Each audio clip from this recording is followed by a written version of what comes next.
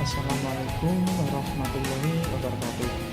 Bismillahirrahmanirrahim. Alhamdulillahirrahmanirrahim. Wassalatu wassalamu ala asyrofil anbiya'i wal mursalin. Mabad. Anak-anak, hari ini kita akan melanjutkan kegiatan pembelajaran kita meneruskan materi pembelajaran pada pertemuan sebelumnya. Pada pertemuan sebelumnya kita sudah membahas aliran Khawarij dan aliran Syiah. Nah, dalam pertemuan kali ini yang akan kita bahas adalah aliran Murji'ah, aliran Jabariyah dan aliran Qadariyah. Baik, langsung saja tanpa memperbanyak perbincangan kita mulai saja. Yang akan kita bahas pertama hari ini adalah aliran Murji'ah. Apa itu Murji'ah?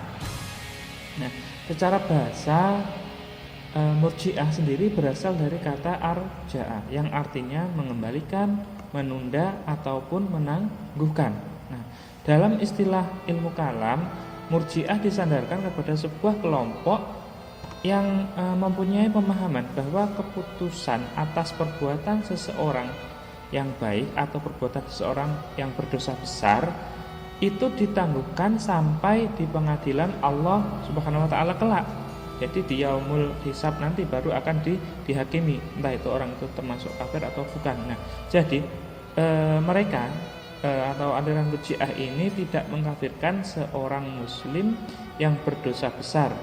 Sebab yang berhak untuk menjatuhkan hukuman terhadap seseorang pelaku dosa besar atau orang yang berbuat baik yang mendapat pahala nanti itu hanyalah Allah, bukan manusia. Jadi manusia sama sekali tidak punya hak untuk menentukan manusia itu kafir atau muslim, untuk menentukan manusia itu berdosa besar atau tidak.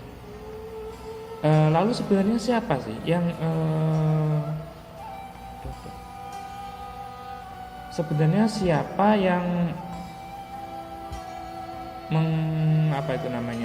mendirikan atau orang yang tokoh utamanya dalam aliran Murji'ah ini?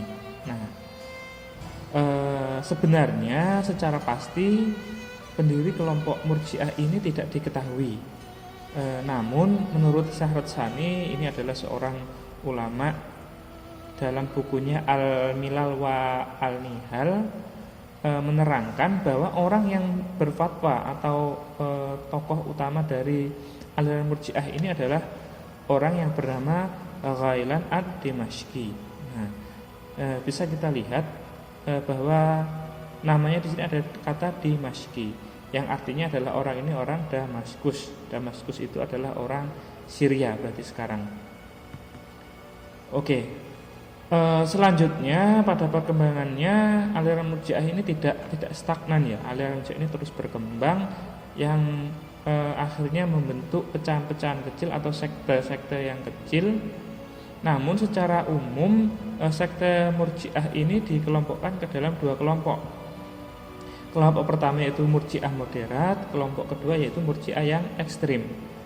Kelompok Murji'ah moderat berpendapat bahwasanya orang yang melakukan dosa besar bukan orang kafir dan tidak kekal di neraka, melainkan akan dihukum sesuai dengan kadar dosanya. Kemudian nanti setelah dihukum di neraka diangkat ke surga. Itu untuk pemahaman atau pendapat dari orang-orang Murji'ah yang moderat. Lalu ada juga Murji'ah yang ekstrim. Maksudnya ekstrim ini ya kebablasan karena menenun.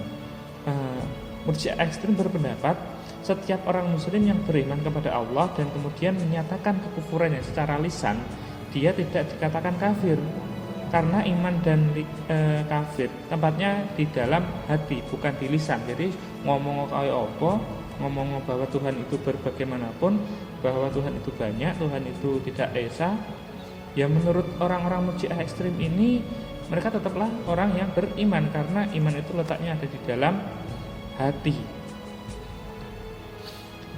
Oke, itu adalah sekilas mengenai aliran Murji'ah. Selanjutnya aliran yang kita pelajari adalah aliran Jabariyah. Apa itu aliran Jabariyah? Aliran Jabariyah secara bahasa artinya adalah memaksa, dari kata jabaro ya. Ini maksudnya Jabariyah adalah sebuah ideologi di dalam akidah yang muncul pada abad kedua Hijrah di Khurasan. Khurasan itu kalau sekarang ya mungkin Irak dan Iran itu. Sekarang pecah jadi dua itu, Irak dan Iran. Jabariyah memiliki keyakinan bahwa setiap manusia terpaksa oleh takdir tanpa memiliki pilihan dan usaha dalam perbuatannya. Tokoh utamanya atau pendiri dari aliran Jabariyah ini adalah namanya Ja'ad bin Dirham dan Jaham bin Sofwan. Lalu apa ajaran pokok dari aliran Jabariyah? Aliran Jabariyah ini tadi kan dijelaskan bahwa aliran ini adalah aliran yang terpaksa. Jadi menurut Syahrat Sani, Jabariyah adalah paham yang menafikan perbuatan dari hamba secara hakikat dan menyerahkan perbuatan tersebut kepada Allah. Artinya manusia tidak punya andil sama sekali dalam melakukan perbuatannya. Tuhanlah yang menentukan segala-galanya. Jadi manusia itu ibaratnya seperti gambar wayang ini ya. Manusia hanya sekedar hamba. Jadi wayang itu kan sampean tahu, wayang itu tidak akan bisa bergerak tanpa digerakkan oleh dalang. Dalang dalam hal ini adalah Allah. Jadi entah itu manusia yang baik atau yang buruk itu digerakkan oleh dalang, oleh Allah. Contoh dalam pewayangan itu ada tokoh jahat namanya Rahwana, ada tokoh baik namanya Rama dan Sinta. Baik tokoh Rahwana ataupun tokoh Sinta dan Rama itu keduanya kan diam dan tidak bisa berbuat baik dan buruk. Rahwana tidak akan bisa berbuat jahat kalau tidak digerakkan oleh dalang, begitu juga Rama tidak akan bisa berbuat baik kalau tidak digerakkan oleh sang dalang. Jadi yos kayak wayang itu. Oke, aliran selanjutnya adalah aliran Qadariyah. Apa itu aliran Qadariyah? Nah, aliran Qadariyah ini secara bahasa berasal dari kata qadara yang artinya adalah berkehendak. Nah, dalam sebuah ilmu kalam, aliran Qadariyah ini adalah sebuah ideologi yang muncul pada pertengahan abad pertama Hijrah di Basrah. Jadi di sini Qadariyah dan Jabariyah duluan ini ya, tadi abad kedua, kalau ini abad pertama di Basrah, Irak.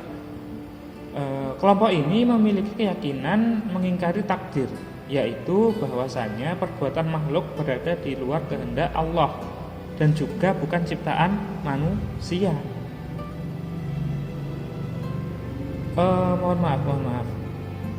Saya ulangi ya. Kelompok ini memiliki keyakinan mengingkari takdir, yaitu bahwasanya perbuatan makhluk berada di luar kehendak Allah dan juga bukan ciptaan Allah. Jadi manusia itu berkehendak bebas menentukan perbuatannya sendiri, dan makhluk sendirilah yang menciptakan amal dan perbuatannya sendiri tanpa adanya andil dari Allah. Ini kebalikan dari kelompok Jabariyah. Kalau Jabariyah tadi kan beranggapan bahwa semuanya dari Allah, khairihim wa syarrihim minallah. Jadi baik buruk itu semuanya dari Allah. Kalau Qadariyah ini sebaliknya, baik atau buruk itu ya manusia sendiri yang menentukan. Allah tidak punya andil dalam perbuatan manusia. Nah, setiap aliran itu pasti kan mempunyai apa itu namanya doktrin atau ajaran ya. Nah, secara umum doktrin atau ajaran dari aliran Qadariyah ini adalah berkebalikan dari ajaran Jabariyah.